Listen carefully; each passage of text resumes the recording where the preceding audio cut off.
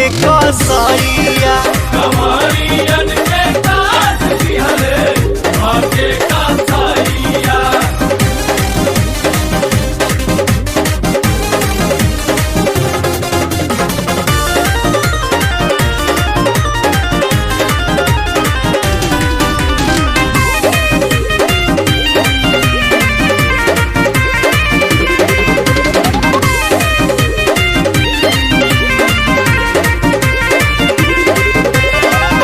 हुनवा के घोटे आज घोटे हिंदुस्तान हो, तीरथ पकइल भइल मौत के समान हो।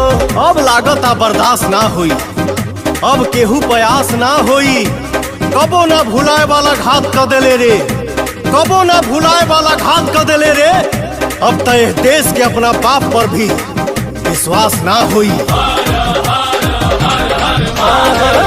हुनवा के घोटे आज घोटे हिंदुस्तान हो, तीरथ पकइल भइल मौत के समान हो।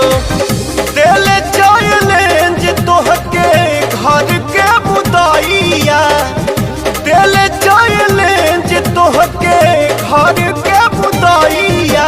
कंवरियन के काट दिहले धके कसैया कमरियन के काट दिहले धके कसैया।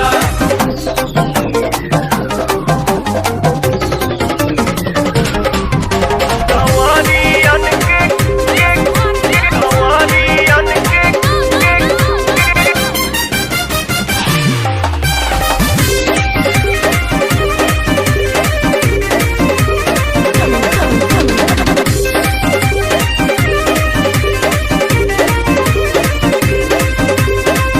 अमरनाथ बन के बैठल बड़ा कश्मीर में, भारत भारत आतंक के जंजीर में।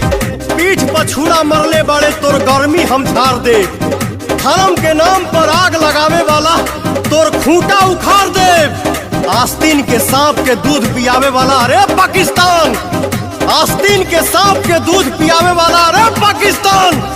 हलक में हाथ डाल के तोर करेजा हम फाड़ दे।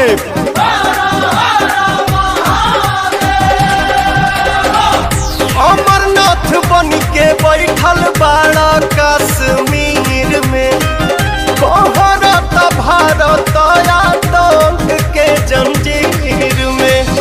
काली रूप धके आजा हे गौरा मैया, काली रूप धके आजा हे गौरा मैया। कंवरियन के काट दिहले हाय रे कसैया कमरियन